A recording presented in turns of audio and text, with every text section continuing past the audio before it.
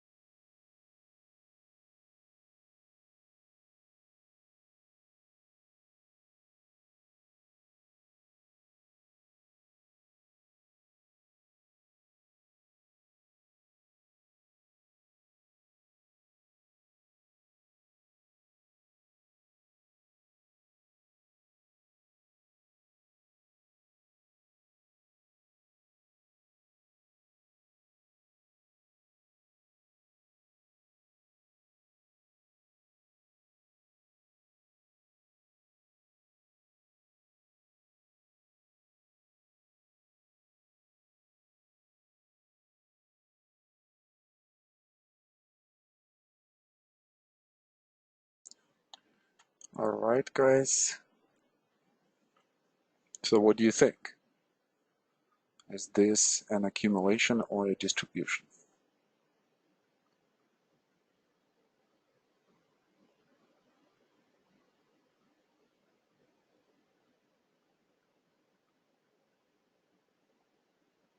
Maybe somebody wants to, go through this with me. How about that? Before we go into the solution. Dimitri is saying, first thought accumulation, but switched to distribution when analyzing the last two swings. Are in the same accumulation. So we're 50-50 so far. Redistribution, Corey is saying.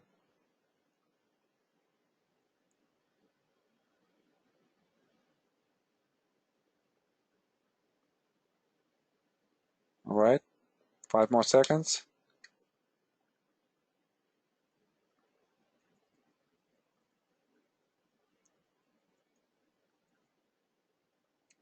Another distribution. Okay, so we have, out of people who, who submitted the answers, we don't have a lot. So it's okay, if we want to be a little bit tentative here, that's fine. So we have 3 cases of the distribution and 1 case of an accumulation. All right, any volunteers before, I jump into this? Arvin, do you wanna do that? Do you wanna go through that together? And we'll kind of go, through the analysis together. What do you say? Okay, let's do that. Hi, Arvin. Hi, Raman. How are you? I'm doing well. I'm hearing a little bit of the echo on the background, so I don't know. I'm probably on the speaker. Usually, when I'm on the speaker, that goes into the microphone and comes back to us. So if you could, Uh, I am on the speaker. I don't know how to get out of it. I see. Okay, right now it seems to be okay. So you guys tell us, if we're gonna not have a good reception here. Well, let's start first with the bias that precedes the trading range. What is the bias that precedes the trading range? It's a down bias all the way down to the yes there. Okay, And then you get to the, okay, go ahead. let's recognize now the character with which the downtrend happens, right? So look at the largest swing in the downtrend. Notice the volume signature, supply is increasing, right? So there is Yes, definitely institutional selling that we see here that started probably from this bar right here, kind of like a kickoff momentum bar, uh, yes, breaking out that upsloping structure, and then the whole downtrend starts. The way how they sell reminds us of this structure, right? So, for instance, 1, 2, and 3, right? So, increase of the supply, more supply, less supply, right? So yes, therefore, we are expecting after lessening of the supply some kind of rally, and that rally we're probably expecting that's going to be better than what we've seen before. So therefore, we are expecting an automatic rally or a change of character. Okay, yes. so what's the bias as we start going into the columns 7 and 8 here, into the trading range? Is the bias still to the downside or to the upside? I would say it's still to the downside. It's still to the downside, right, guys? So we need to see, I mean, like if we're at the selling climax, we're thinking, um, well, it's a stopping action. Does it give us a bias right away just because it's a stopping action? Probably not. We still would be thinking, what's the previous bias of the trend? It's to the downside. And this bias needs to be confirmed or it needs to fail. So that's what we are trying to do. Then the first rally is a good rally for us to think, in those terms. So let's look at the first rally, automatic rally. Arvin, what can you say about this rally? Do you see a lot of bullish characteristics? I do see quite a bit of bullish bars here. Yes. Uh, Uh-huh. and the first swing momentum is quite large, and it Yes. overcomes the intent of the on the yes right there. Right there. Yes. So Arvin is going very methodically through everything that we want to notice. We want to notice what kind of momentum we have off the bottom.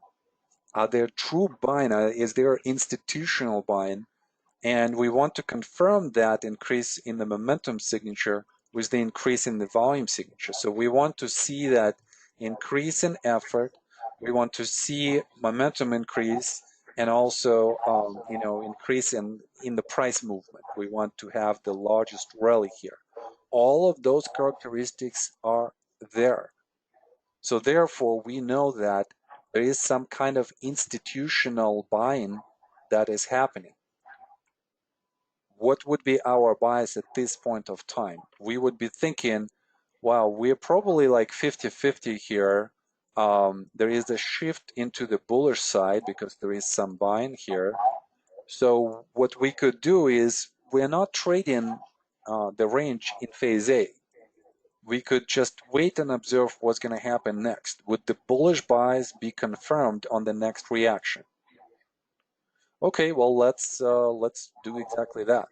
Arvin, when we look at the next reaction, would we say that the bullish bias is confirmed? I would say yes. Okay, why? Well, if I look at that downswing and compare it to the downswing on the left, it's a much shorter downswing. Okay, are we Uh, talking about this downswing or like, let's say this big downswing? I would say both of them. Both of them. Okay, well, let's compare, right? So first, distance-wise, right?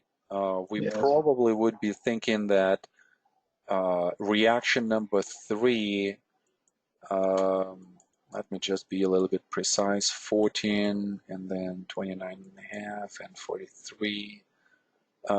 So there is more distance that is covered by the reaction number three than reaction number two. Well, reaction number Okay. two had been a cell in climax, and it got us into this oversold condition, suggested a rally. Um, so this reaction here, it still comes as a higher low. So I would be thinking that as a higher low, that first of all, suggestive of the rally. Secondly, maybe it's suggestive also that more testing is going to come, and we want to see that test, to be kind of like in line with the accumulation bias. Let's say if we're thinking here that the bias is up, then we want to have the rally that's going to, come to this level, maybe overcome upthrust this level as well. If the rally is going to fail, that's going to, probably, be suggestive that the bullishness is going away. And if we see some kind of bearish signs, then probably the redistributional bias is going to resume itself. Well, we see that the rally is not that great, right? So this is probably a good example of the weak rally. Why? Because look at the commitment. There is only one bar that commits to the upside in this upthrust manner. So, Arvin, so what bias would we have after this rally? What do you think? Uh, I would say bearish. Well, we would either have a bearish bias or we would say like this is a very suspicious rally, like it looks like a weak hands rally. It doesn't commit above, and so on and so forth. And we could also say we're still in the bullish bias, but the next reaction will tell us. And Arvin, what happens on the next reaction? The next reaction confirms that that's down bias because it goes below, it commits below the intention Okay. of the, yes, Yes, commits significantly, and then look through the whole thing how the supply signature increases. yes, Right? So we were thinking like, is this a bearish indication, the rally? And now looking at the reaction, this is such a sign of weakness, then we definitely are thinking that, yes, we came back to the bearish bias that we had before. Okay, well, could we confirm it on the next rally that this is bearish bias?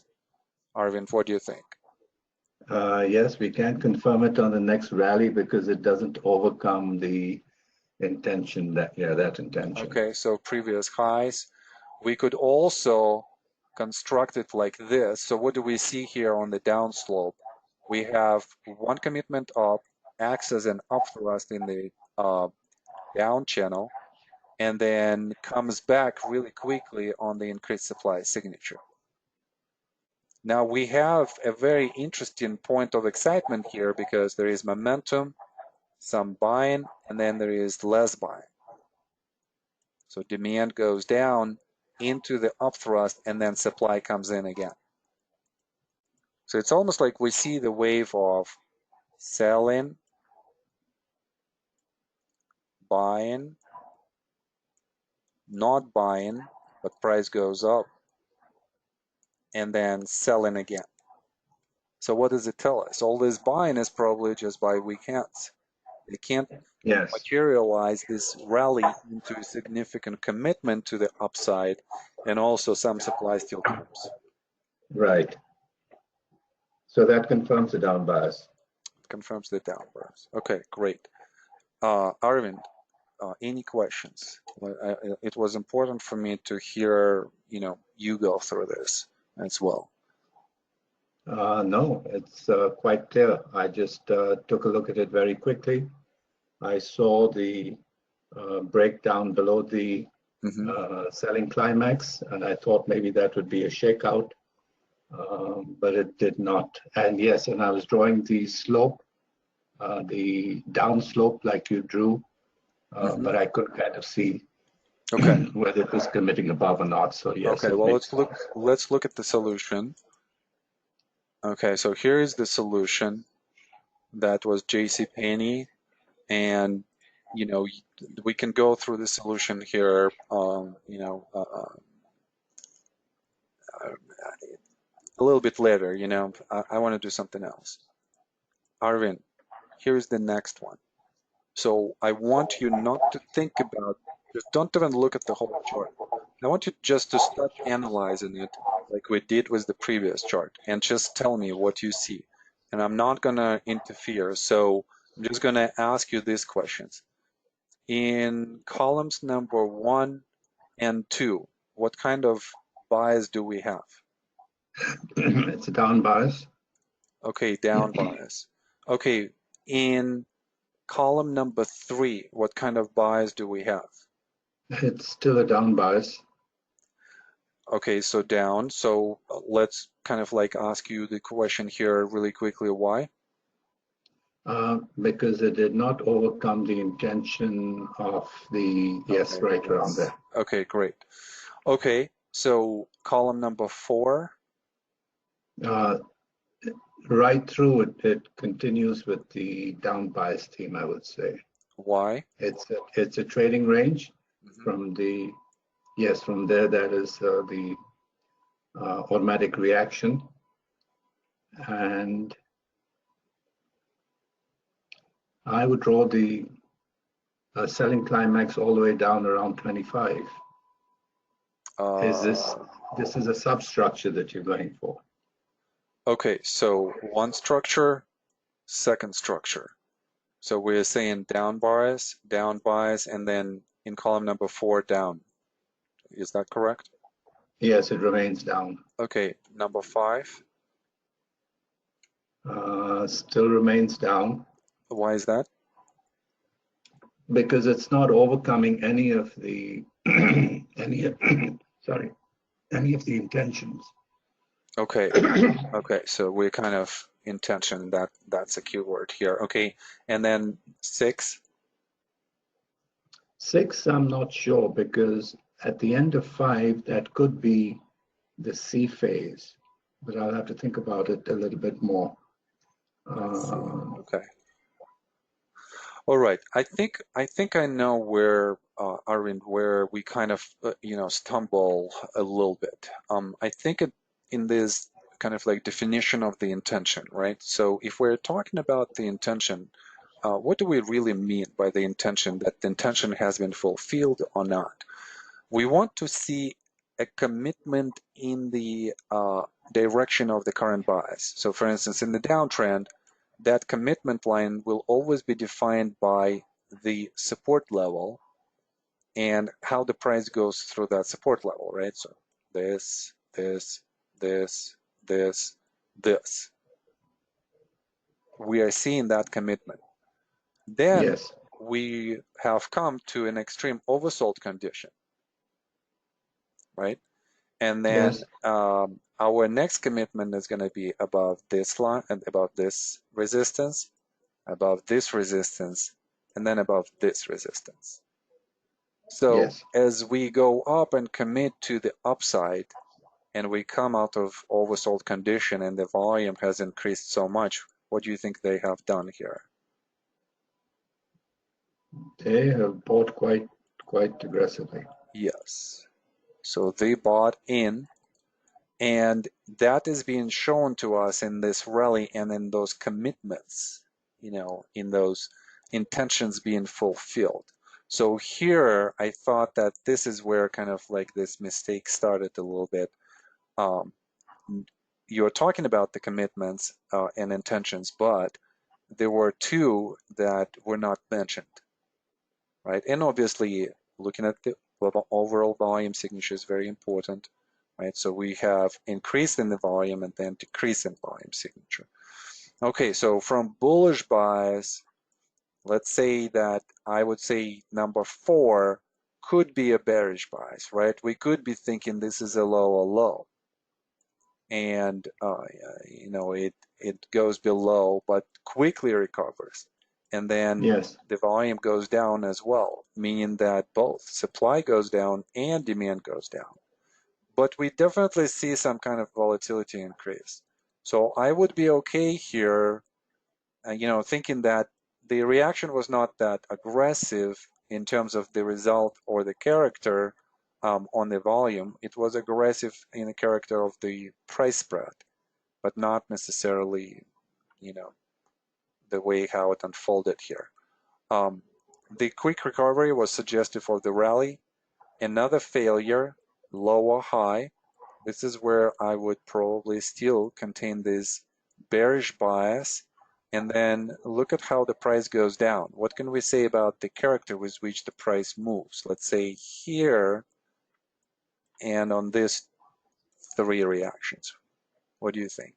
It looks like smaller effort and larger result. So there is some effort that comes in on the kickoff. Yes. And at the end, at the stopping action. So this acts as a climactic action. So there is some demand behind this. So we kind of see supply come somewhere here, and then supply just goes down, and then demand comes. So as they sell, there is this grinding down action where there is no such quick momentum to the downside. It takes time. It's only on the climactic action right here that there is acceleration, but that's usually what would happen, you know, going into the climactic action. Okay, so I would be thinking here that the character has changed with which the price moves down, so that could be bullish. And then also look at the result. We really have not committed lower than this low. There was an attempt, but this looks more like a spring. So and the selling climax relative to this low is actually a higher low. So the result to the downside has diminished on the more bullish character with which the reaction moved to the downside. So we're thinking now bullish. Give us a confirmation. What would act as a confirmation? Well, this is where they come in and produce some buying. And this buying, not like in the last bias game, it doesn't go down on a bar like this. Right. With the gap. Right. But it actually stays here in the trading range and does not come to the lower level. Throughout this trading range, we have diminished supply characteristics. And again, this is a reaction that is going to spook weak hands. Why? Because the price goes down. But look at the character. Supply diminishes, and only at the end, it produces some selling, some local capitulation, but then, you know, both the price and the volume indicate that there is some demand that's coming in. So you kind of going from bearish to bullish to bearish, then change of conditions to bullish, bullish to confirm, bullish confirm. Yes, I see it. Arvind, so intention, right? Right here. Yes. Was not necessarily caught, right? Yes, I did not see those lower intentions. Mm-hmm. And out of the oversold condition with the big bell curve volume signature. So that's going to tell you like, they are here, they are present. What do they do? Well, look at the price action. Oversold condition, lots of value. Does the rally confirm that they were buyers? Absolutely. So then bullish, volatility, and then the character changes. And in this case, this was a bullish. Yes, this was Chicago Mercantile Exchange. All right, Arvind. So I guess, you know, just the observations, right? So we need to still practice the skill of observation. If we're looking for intentions, how do we find those? And then also, Arvind, for you, I would say a sense of the character, right? So whenever we look at the rally, whenever we look at the reaction, develop a sense of the character of the reaction and the rally based on the spread, based on the progression to the downside, and based on how the volume signature actually develops, right? Yes, very good. Okay, great. Well, thank you for stepping in. Thank you very much. Thank you. I appreciate that. All right. Some of the comments here.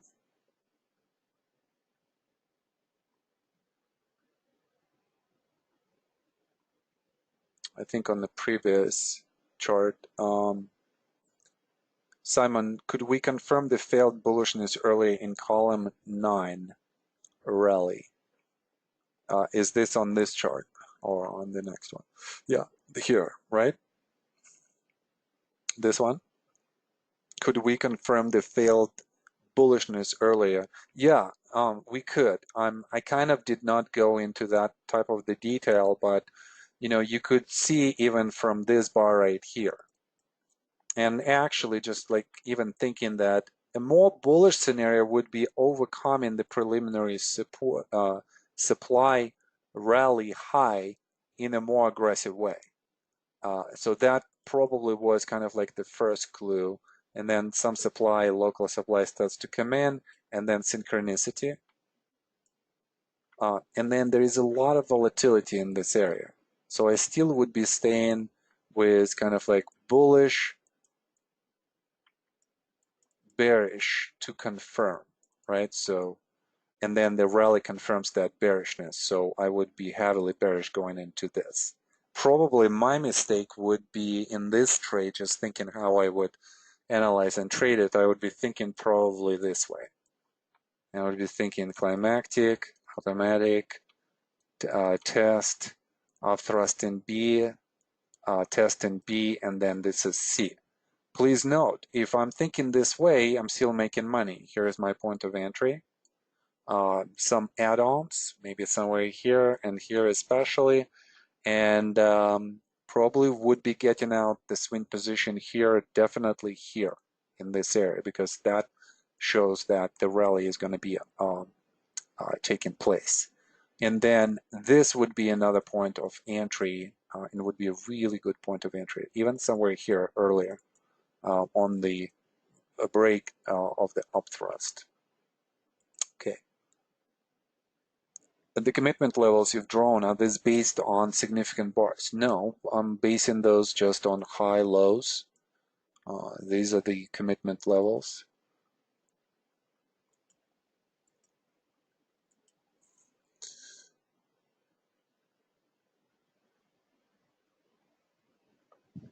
Okay, so another comment by someone. The reason why I look at these smaller rallies is because I always try to assess the chart as if it were done in real time. Well, you can do this, but your whole Wyckoff story will be created, obviously, from all of the swings. You have to see how the price, behaves.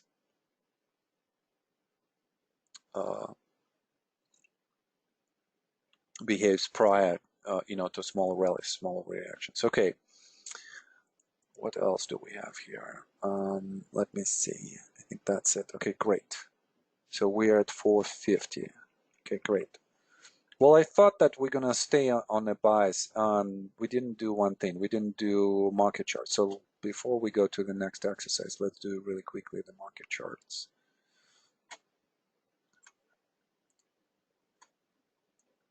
Okay, so for those of you who want to have a little bit more of the fresher perspective, not once a week type of analysis in the market, you could start following us on Wyckoff Analysis Twitter. And from time to time, I tweet out my thoughts about the market. So like yesterday, I had a tweet in the evening when I looked at the market, and I said every time the supply gets to the market that's being observed, So therefore, we should be waiting for the time when supply becomes synchronous with the result. So far, we haven't had it. We did have what looks like a climactic bar, and then there were two bars that provided some supply. We still yet to see what kind of resolution we're gonna see. Like on Russell today, we actually had a good attempt to go up, but it failed at the end. And it looks like we are, like on the Dow, we already having a possible, half reversal. But again, as with everything, we have to wait and double check. So this is where we are. If supply is gonna come and it's being absorbed again, then that's the pattern that we're in this uptrend. We've talked about this spot right here. Look at how bias game is played out here. Reaccumulation, reaccumulation, reaccumulation, reaccumulation.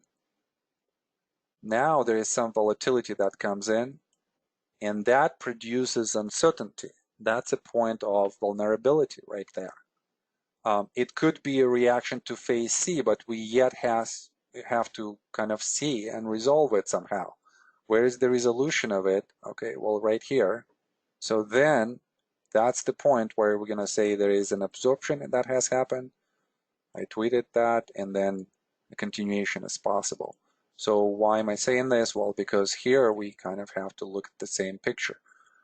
Definitely a character of the move is a little bit more aggressive. We would be comparing this to this, and we could see that there is more volatility. Most recently, there is, almost instant continuation there. So it's an unfolding picture, and we just observers of what is going on, and we are taking our trades according to that observation. So this has been well documented, the bullish bias until yesterday. Last night I said that oil is misbehaving. Why? Well, because it had to come in to 58 to maintain this stride. This new stride should have been this. And then it doesn't. And it reverses. So that is suggestive of some kind of reaction to 55.50. That was a logical place because of the line, and it just came there. I actually think that we could have more of the reaction here. I think that we could even go to 53 to undercut a more significant low, which we thought was, phase C. And that way, we're going to have a much more complex structure here that is going to have its own phase A, phase B, that still will indicate the strength, and then a higher low, hopefully, in potential phase C. So that could be the structure of this whole thing. And that would make sense because there is a lot of, I'm sorry, phase A, phase B. Those phases, they take time. So phase C could take time as well. Is this still a correct long-term bullish call? We'll have to see. Short-term, I think that, I'm kind of playing it okay, calling all of this, smaller reversals, but I don't know if I have a desire to do like such a small, small swing trading. Gold is interesting at this spot because we saw some of the buying that came in here, and that was suggestive of the rally. I think if we're gonna overcome 1480, we definitely gonna have an attempt to go to the resistance, the next resistance, and probably gonna encounter some resistance here around 1500. So it's not like a very big trade, but this could be potentially, a lower low in this whole formation, as we consolidate, let's say, to the right. And then obviously more of the failure below this bar right here, that would be more indicative of more selling. So we probably would have another like leg down to this area, 1400. 1400 actually would be a really interesting value for a lot of institutions. Please note again how they are selling, right? So there is not a lot of progression to the downside each time that the price commits to the downside. So that's long-term bullish. You know, even if we have another lower low, let's say like into this, you know, still the progress could be very minimal. And yet, throughout this whole process, speculative hands are leaving the long-term bullish position, and that supply goes into strong hands.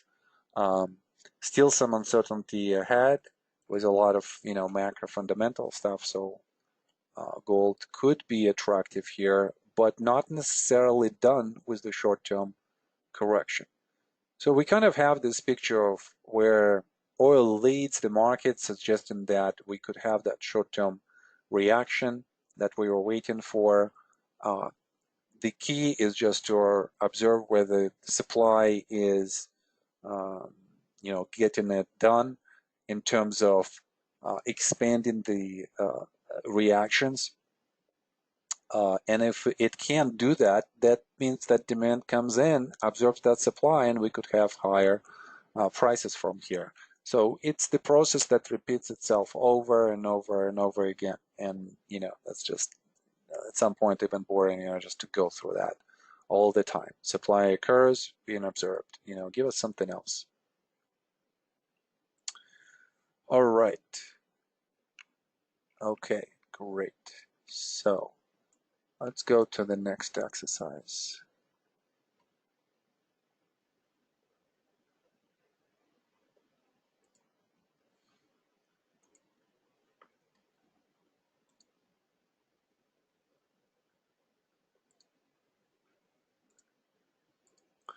Okay, so this is something that I've asked one of my team members to do for us. I've asked Michael to quickly send me two charts and show me some kind of consolidation with the prior trend, and for us as a group to think about, you know, the bias, you know, for this particular, you know, chart. And the reason why I wanted to do this is because I want to level the play field. I don't want to know what bias this is. I'm going to go through this exercise as you guys go, right? So we're going to do this again together. All right, so well, let's look at this. I thought that this was a better chart, so let's start with this.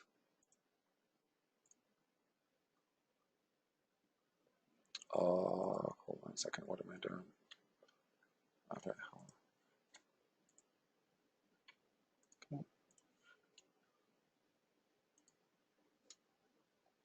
Okay. Well, what do you guys think? I'm even not going to ask this question, I guess. Volunteers, somebody wants to step in to go through this with me? I mean, I don't know the end result of this. I don't know the bias here. Simon, how you doing? Very well, thank you, Roman. How are you? Yeah, I'm doing well. How's the weather in Sydney? It's a bit cloudy today, which is probably refreshing after yesterday's heat wave. Too much sun, right? So it's refreshing to have clouds. Okay. Yeah, basically. That's great. I'm really envious. All right, Simon. Well, how would we look at this chart? Where would we start? Obviously, from the left to the right. So, what's the definition on the first two bars? Looks like there's high momentum there. I'm sorry, say again? There's high momentum there.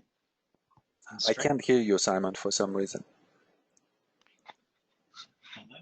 Maybe closer to the microphone? Hello? Yes, yes. Is that better? Yes, that's better. Wonderful. Okay. Yeah, so. Okay, I say high momentum there in that rally. Okay, I'm still not hearing some of it. Simon, I don't know. Do you guys having any audio troubles? Maybe that's just on my end. Let me just correct it. Maybe. Okay, go ahead, Simon. Hello? Yes, I can hear Okay. much better. Great. So I see high momentum rally on those first two bars, and it's on high volume as well. So it seems to be that F1 result is in sync. Yeah, the sound kind of fades away, Simon. So I can't hear. I hear the beginning of the sentence, and then it just kind of goes away. I don't know. Maybe it's the microphone that goes away, or could we try this again? And I see that from the comments that it's the same for, for others. Oh, okay. Maybe another volunteer may be able to assist. Much better when you speak like this. Much better. Like I can hear everything. Oh, okay then. Yeah. Okay, so the first two bars I see that are high momentum, and the effort sort of also is in synchronous with that effort and result. Bullish or bearish? Bullish. Bullish. Okay, so we're coming in with the bullish bias. Okay, next reaction. Bullish or bearish? That's bearish. The reason for that is because I see lower highs being created and lower lows also being created. Okay, so maybe a local range, but I mean, looking at this structure, right? It seems like we are in a structure somewhere here. We are not making a low per se, right? We are trying to make it. It's an intraday. So this reaction within the context of the previous rally probably is not that threatening. Right. So when you're referring to, and I know this is what Arvin was referring to previously about intent. Right. So you're always referring to the previous swing high or swing low, and that's your reference point to see whether or not something is either overcome or not. Okay, so then let's rephrase this in such way so that we would see different intent in different time frames, right? So what is the intent, let's say, short term here? The intent is to commit to the downside, which it does, right? The price does that. What is the short term intent, let's say here, to commit to the upside, stay above, test, and then continue? It fails, suggesting continuation. What is the intent here? To commit below this support level. It does so, and then the next intent is going to be somewhere here, satisfactory, that fails the downtrend and favors the continuation to the upside. Having said this, this is one reaction, and within the context of, let's say, previous rally, if this is what was given to us, this is the lower low, and this is an attempt to commit below. Does the price commit below? No, it doesn't. No, it doesn't. So that's a bullish non-commitment here. And then when the price goes down, what's the character of the reaction? Bullish or bearish? It's bullish. It's bullish. Why is it bullish? Because we come off that swing low and we progress upwards. Okay, but what if we don't see what happens here? Why is it bullish? Because we have that on that swing low, we see a demand tail on that down bar. Mm-hmm. Swing and then low next right bar. Yep. And then the next bar we also see an up bar. It's also got a demand tail as well. Simon, how about this? I'm gonna say up to this bar right here. Why would we say that the reaction is bullish? And that's what I'm trying to do here. Like if I'm gonna give you these bars, that's probably gonna be a little bit easier or sometimes even misleading, right? If I give you this bar right here, this could be very misleading. Simon, how about this? The rally was extremely bullish, right? And then they were not buying anymore, but they were not aggressively selling. There was some profit taken, but the price was holding on. One time they capitulated, did not produce a lot of volume, and then that capitulation led to the higher low initially, and the price tried to rally. Some supply came in, and that produced a continuation to the downside, which only marginally committed to the downside, and on the larger time frame, it did not make this commitment. So the way how the price moved was not moving a lot, bullish, some sell-in. This is occasional sell-in, right? So not a lot of sell-in, and then capitulation here. So we only have 2 bars of true sell-in, and then everything else is kind of like mediocre. It kind of stays in the same place. If we would take those 2 bars out, just visualize this, like taking this bar away and then this bar away, how would the structure look like? We would just have a trading range, right? We would just have this, attempt to go up, test, and then a rally. That's how it would look. These 2 bars only define the more of the sloping down type of the reaction. So the character of this reaction is actually bullish. Okay, well then next rally happens. Does it confirm the bullishness of the reaction and of the rally?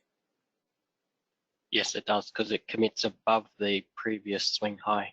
Okay, commitment above. Now we're seeing commitment with a lot of progressive closes to the upside. What about the effort? Does the effort confirm this commitment?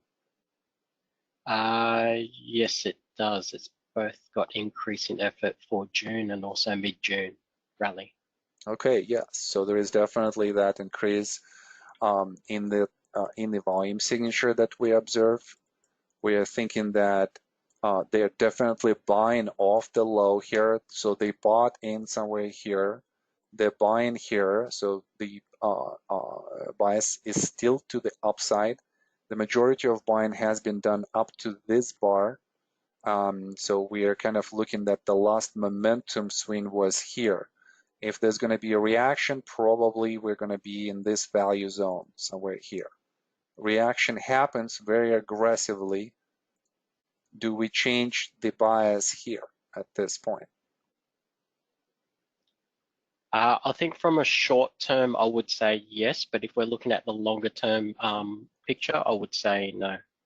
Yeah, if we're looking at the long-term picture here, we're saying, okay, well, we saw how volume has stopped buying, although there is some buying here as well, up thrust commitment, and then the reaction goes to about 1/2 of this trading range, higher low, a lot of effort that comes in, but it's not necessarily like a very extreme effort like we've seen here or maybe even in this area.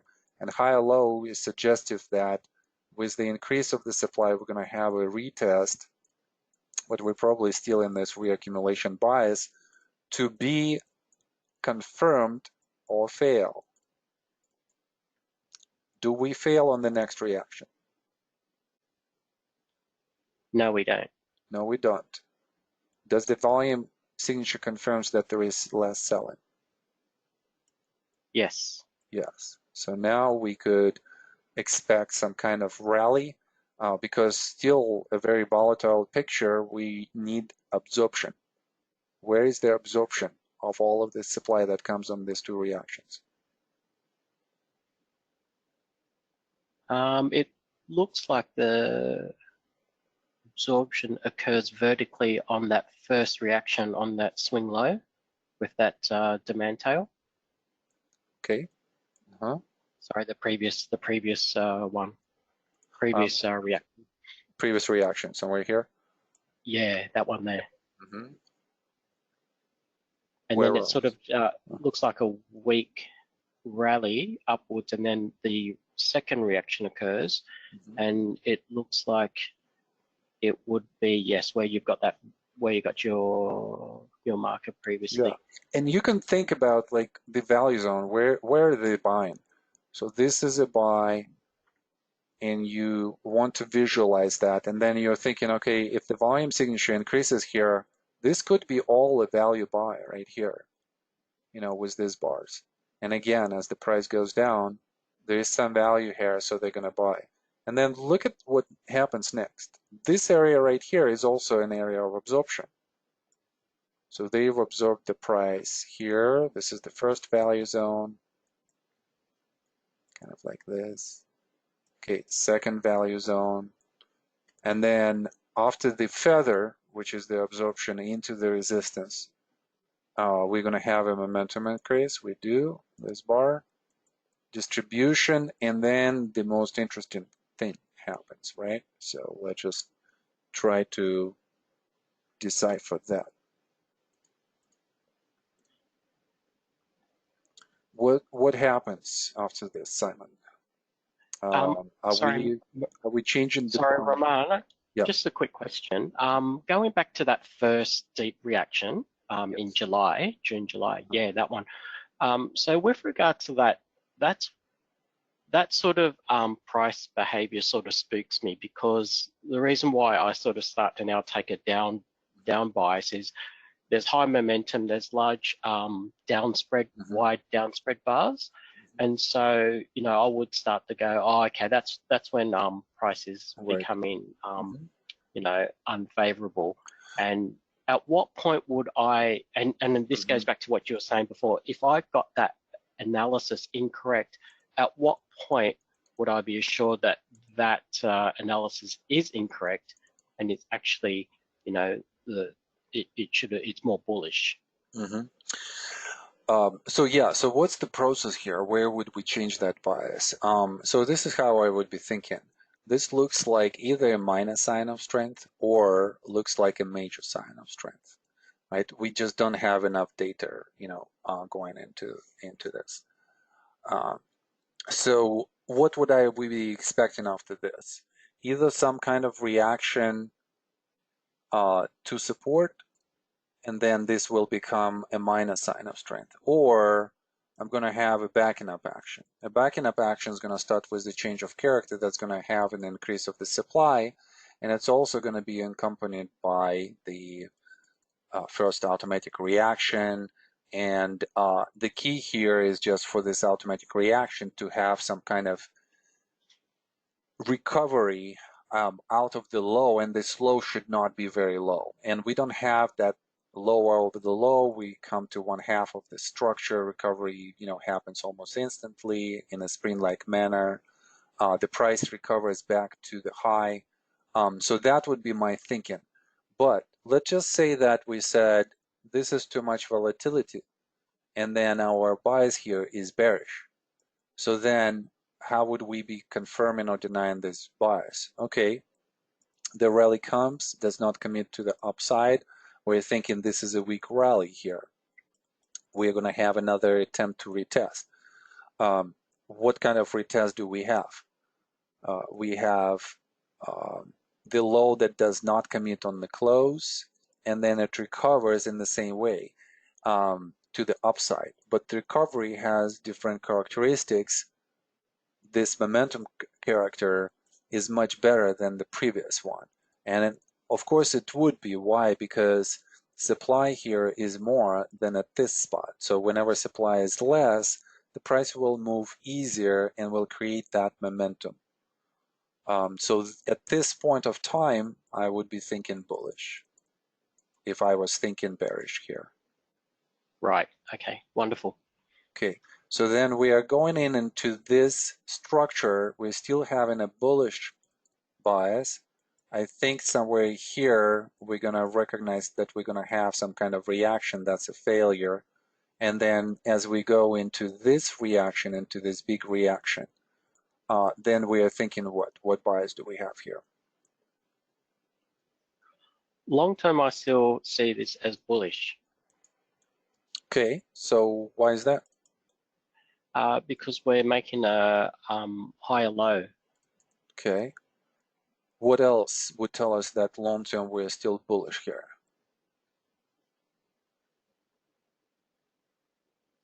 We don't see a large increase in volume. I mean, we do see an increase in volume, but not a large one compared to the previous reactions. Yeah, so let's kind of deconstruct the selling here a little bit. Where does it come?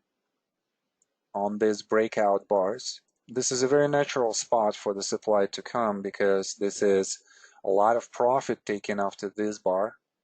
Institutions definitely would sell into that. By the way, I hear a lot of chatter about, on the institutional side that, all right, Apple has extended too much. I'd rather be in something else than in this extension. So this is kind of like a similar situation. A big advance, quick advance from, let's say, 73, 72 into the high, above hundreds. And what are they going to do here? That's 50% in a month. And that's the character of the stock. So we are looking at some kind of momentum flyer here. We're looking at some stock that probably has been a darling, has some kind of momentum, characteristics, and they are probably getting in and getting out pretty fast out of this stock. Okay, but long term, yes, creates a high low relative to the previous support area. We have two supports areas. So that suggests that's still long-term bullish. Would we find a short-term bullish scenario here to confirm? That's still for us to decide. So let's just say it like this: long-term bullish, short-term still, I would say, bearish. Why bearish? Well, there is a lot of supply that's coming in and it produces result to the downside. Result to the downside is increasing at this point. Effort to the downside is increasing. And we would be thinking that this is a change of character. Change of character could lead either into a trading range or into some kind of reaction with the secondary test to the upside and then failure that leads into a downtrend. Right? So we are talking about this scenario. Right? So something like this. So that's what we're looking at here. So we need to basically go in here and from the short-term picture to decide, what is it that we're seeing? Are we seeing here elements of bullishness that short-term would confirm the long-term picture, or are we seeing here a possible, continuation to the downside? So let's look at this. Simon, how would we approach this? Yeah, this one is sort of a bit of a tricky one for me because I sort of see higher highs being created and then also lower lows. So it's sort of like is expanding out like a bit of like a funnel type thing. So that's yeah, the this one worst really gets pattern that we could have. That's the worst pattern. I hate this pattern. It's this diamond formation, expanding triangle. So if for those of you who are trading breakouts, you definitely could, resonate with this because your breakout strategy will fail here multiple times. Okay, well, regardless of this, why don't we just kind of like look at swings, swing up, swing down, and compare those, or swing down to the swing down, swing up to the swing up. Okay. All right. So I'll look at the swing downs, and I'll see that. Let me identify those for you. Cool. Go ahead. Okay, so so after the first reaction, which is the biggest one that we've seen to date, we have the subsequent reactions, and they seem to be getting larger. So although price is making higher highs, I guess the price advancement is being negated by the larger reactions to the downside. Okay, well, let's concentrate on you said let's concentrate on the reactions only, right? So don't think about the rallies yet. Okay. Think about only the reactions. Would you agree that reaction number one has a lot of supply, a lot of selling behind it? Yes, I agree, because of the supply tails and also there's some gaps downs as well. Okay, and the volume signature itself, right? We're seeing how that first initial breakout supply comes in. There's a lot of selling. What about the second reaction? How does this compare to reaction number one? The second reaction isn't as deep, but there's still elements of supply, but it doesn't seem to be as much. And there's also a few demand tails as well. and the overall the volume is a little bit less, probably only 3/4 of the first reaction. So not as dangerous as reaction number 1. And therefore, from here, we're going to have a suggestion when supply is becoming less, when selling becomes less, suggestion for the rally. Okay, what about reaction number 3 compared to the reaction number 1 and number 2? Well, reaction number 3 doesn't seem as threatening as number 2 or number 1, because it seems to be that price sort of moves in a bit of a horizontal little mini trading range before we get that long widespread down bar, but it's not on a lot of volume. Yeah, if you exactly look at the volume signature, so would we say that supply is still exhausted at this point? You know, from the previous reaction, from reaction number 2. I mean, like relative to 1, relative to 2, and then 3. It looks like that supply signature does this, right? Yeah. So, and then also look at this bar, very interesting bar. If we would just be looking at the line, which is the closes, right? Only closes. This is the close, this is the close. We would not even see this. Mm-hmm. I mean, obviously, it's good that we're seeing this, but at the end of the day, what kind of progression to the downside did we make? There was not a lot. So I think it's a really good observation here that supply generally goes down, and then on the third reaction, supply goes down even more, suggestive of the rally again, and maybe even better rally than the rally after reaction number 2. Okay, so we're still seeing some diminished supply that suggests some kind of bullishness, maybe? Yep. Okay. Then our last test here on the chart happens with a lot of supply coming in. We're seeing this everywhere. Look at all of that. This is all supply that's coming in.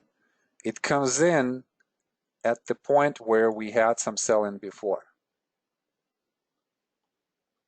So, yep, so what happens next is going to be kind of important, because this looks like a very aggressive attempt, aggressive rally to overcome you know, all of this bearishness, and then supply comes at the point where it was sold before.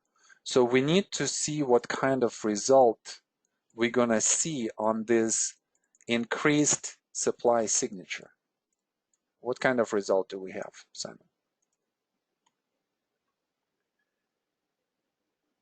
So I see that the result of the price only comes down to about halfway of the previous rally. So that aggressive rally that you're referring to, price only comes back down, you know, about halfway, and that's on a lot more supply as well. So I'm kind of lost here. So let's say this is 1, this is 2, 3, 4, 5. What are we talking about?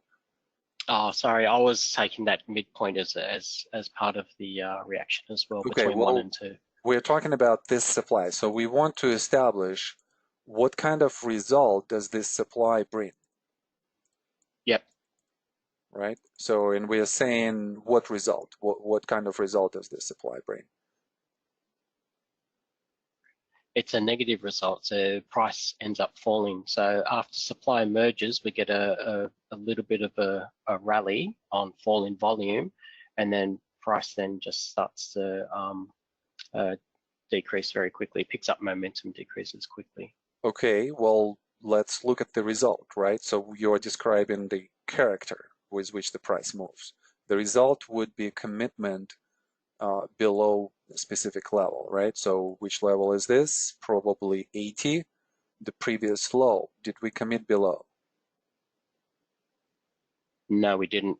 Okay, so downward result is decreasing. As we come to the support level, we have this bar right here. Is there demand behind this bar?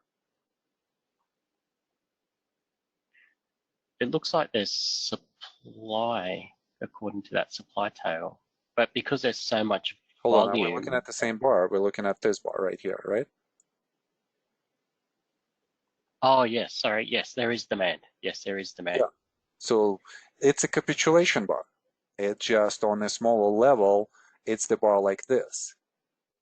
They are actually analog bars. Well, a combination of 3 bars is the analog for 1 bar right here. It's basically the same action. But we want to define the level of demand also that comes in, right? So obviously, you know, this demand right here stops the price from committing below 80, which tells us that somebody is actually coming in and producing a buy, stops it, and then the price moves on a smaller volume signature much easier to the upside, right? We kind of see in there.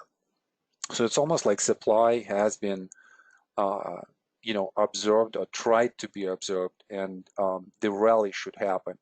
Okay, well, we've talked about different reactions, right? So we've talked about reaction number 1, reaction number 2, reaction number 3, then this was 4, 5, and 6.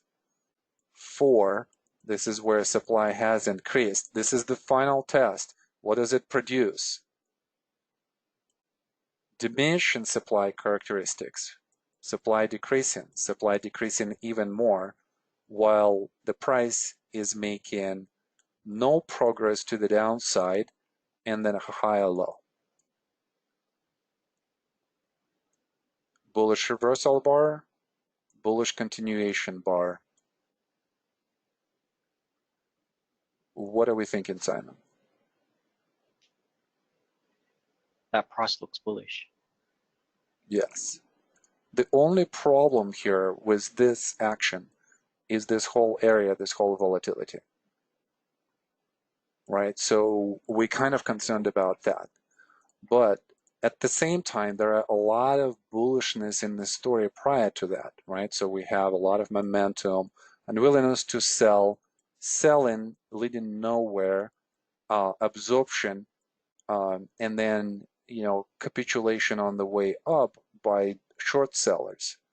And then, you know, because it advanced too quick, you know, it had to be taken profit in by different institutions. They do, that produces this whole volatility pattern, could be also market related in general, but we're seeing that the volume signature has increased in this area in general. There are multiple attempts to go down, and the last attempt to go down kind of does not have a lot of continuation here. There is emergence of the momentum to the upside that started with this bar right here in phase B, and even this one right here. So our tactic here would be to think that this is a bullish bias. We probably would be entering on this day, and our stop loss would be somewhere here. If this trade does not work out, so be it.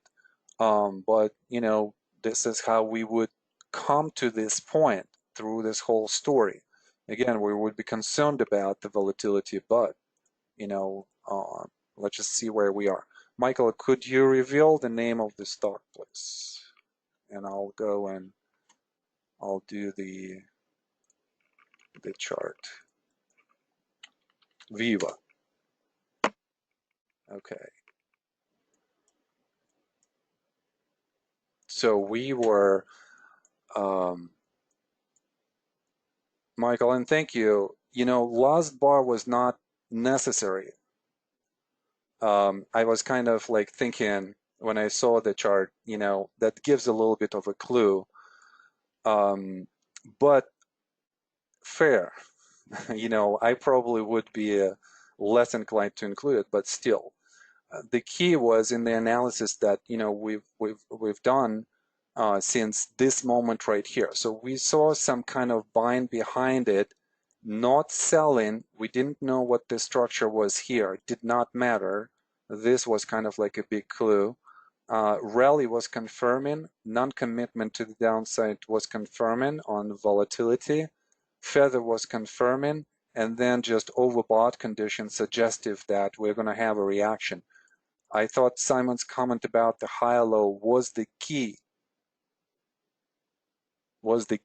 So, you know, for the long-term bias, and then this long-term, short-term was interesting because of the volatility. So that was the challenge. How do we kind of like, you know, look at that volatility and think about the long-term bullish scenario?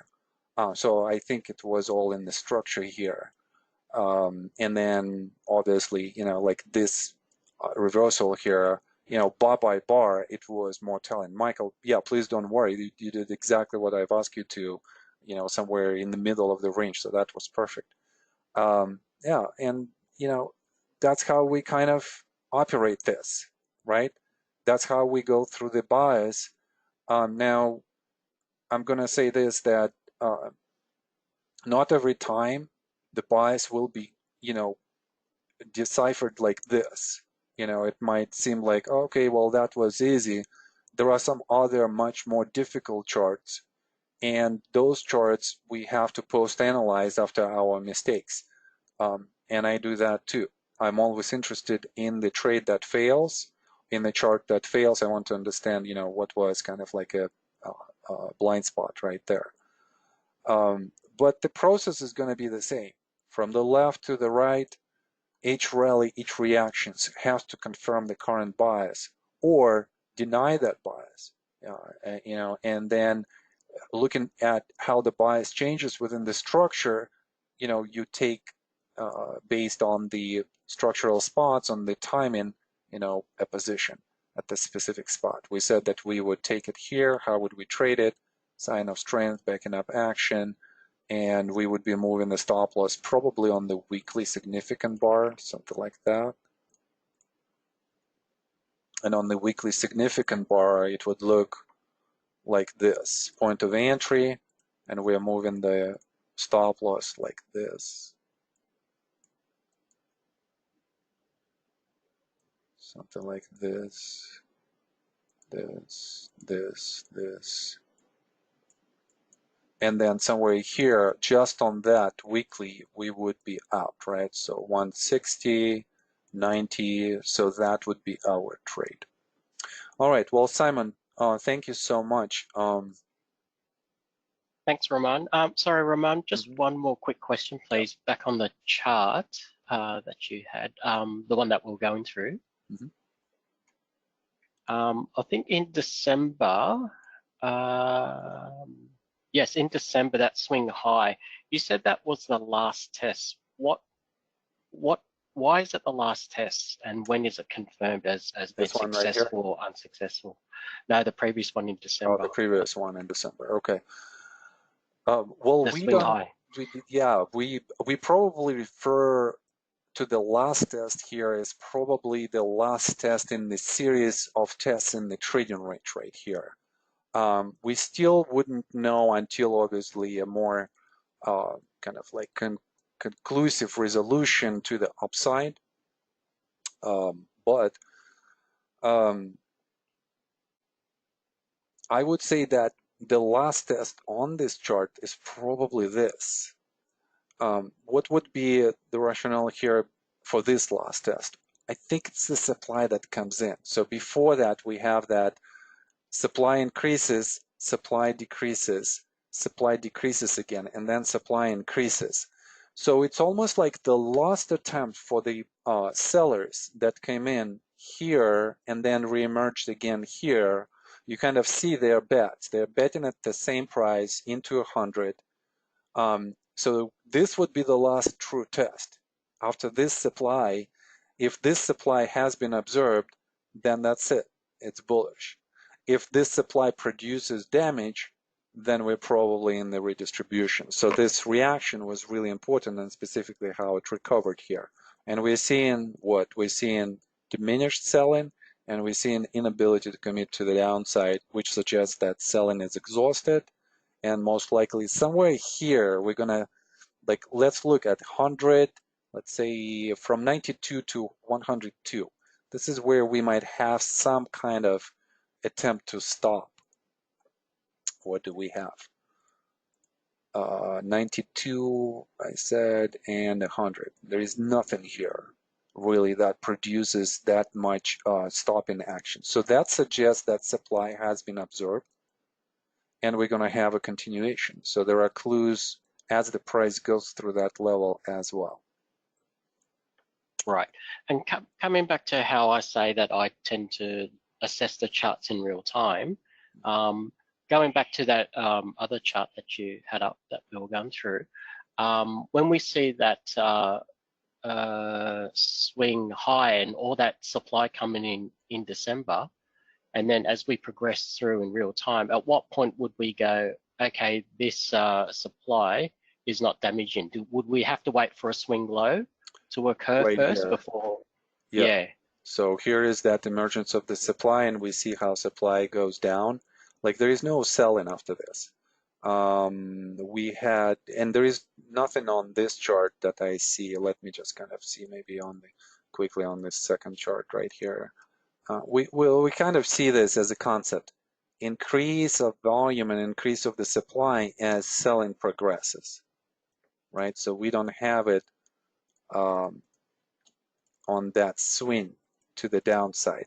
We have the increase of the supply, and then we have a decrease in the supply signature. This last bar, again, this is the bar that contains a lot of demand behind it. Right. And this was successful because it didn't cause any structural damage. No. Yes. Well, I mean, okay. Yes, it did not cause any damage. So no commitment to the downside on diminished supply characteristics suggests that selling is exhausted.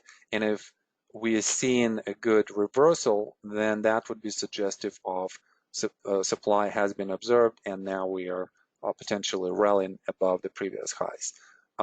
That last test shows even more absorption, and now it cannot even go to 80. It stops at 82.5. So bullish. Right, and the confirmation of a failed test would be is if price progressed through the $80 mark towards the downside. Yeah, so for instance, we would have maybe like in a bias game, we would have something like this, where the price progresses to the downside, has that increase of the supply, and then tries to rally back into the trading range. And we don't have right. it. We're stopping right at the support level here. And that support level is higher than the previous support level. So long-term bullish. I mean, like sometimes you look at the chart and it's not like, guys, I don't have the first subjective bias as to what this is, you know, and with this chart, to me, it spoke instantly here on this rally. So it told me only one thing. This is a leader and this is a momentum stock, and this shows a major sign of strength before the next move up. Why? Because this is a lot of aggression and a lot of buying. So think about who bought in here. If they would be selling, the price probably would tank below this low, and it doesn't. So this is an element of future outperformance, and it did, right? So we probably have all of this relative strength as the price goes up, which indeed we do right here. So all of that was an outperformance. And this rally defined that outperformance for us. All right, well, Simon, good job. Some thoughts. Thanks, Roman. So I would say that look at the larger structure.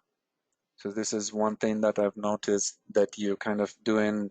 There is a little bit of the concentration on the shorter term swings, which we have to look through, right? Absolutely. But we also have to come back to the long-term structure and put all of those smaller substructures into the much larger picture.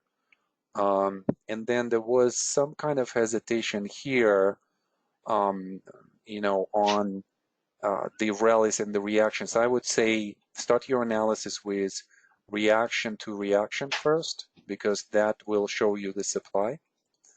and then rally to the rally, then look at the overall structure and look at the long-term picture, something like that. Right? Great, thank you, Ramon. Okay, absolutely, Simon. Thank you so much.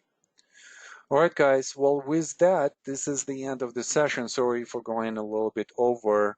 I really wanted to bring this point home. I did not know the bias of this chart. Michael can attest to this. Michael is attending this class, and he's been attending, many practicum classes. And he's the one who constructed this exercise. You could see this is like even how the slide has been done. This is not prepared for this class. Why were we successful in the definition of this bias? We have a process. We are going from left to the right. We are comparing a swing to a swing, and we are changing the bias based on the character, based on the intention, based on the effort and the result behind those moves. And the story could change. If we are incorrect on the story at any point of time, it is so easy to come back to that story because the market is the one who's going to show you the correct way. We are listening to the market. We're not listening, to anyone else. We want to look at the chart and we want to understand this story, and we want to have that process of going through that bias and then methodically identifying, correct things. What I'm also noticing, guys, and this is something that I'm going to put on you, and this is where we're going to end the session. In a lot of cases, observations are made incorrectly. I'm sorry to say this, but there is more practice that is required. So we need to practice again and again and again and again. And if you're tired of practice, please do me a favor. Go to Amazon and buy a book, which is called Zen in the Art of Archery. One of my favorite books on Zen. And there, the teacher goes through the training. The student goes through the training with the teacher, who for the first year only teaches him how to breathe correctly, not even to hold an arrow, and it takes a lot of time. So practice more, practice here, do every homework, be engaged with each exercise, find your blind spots.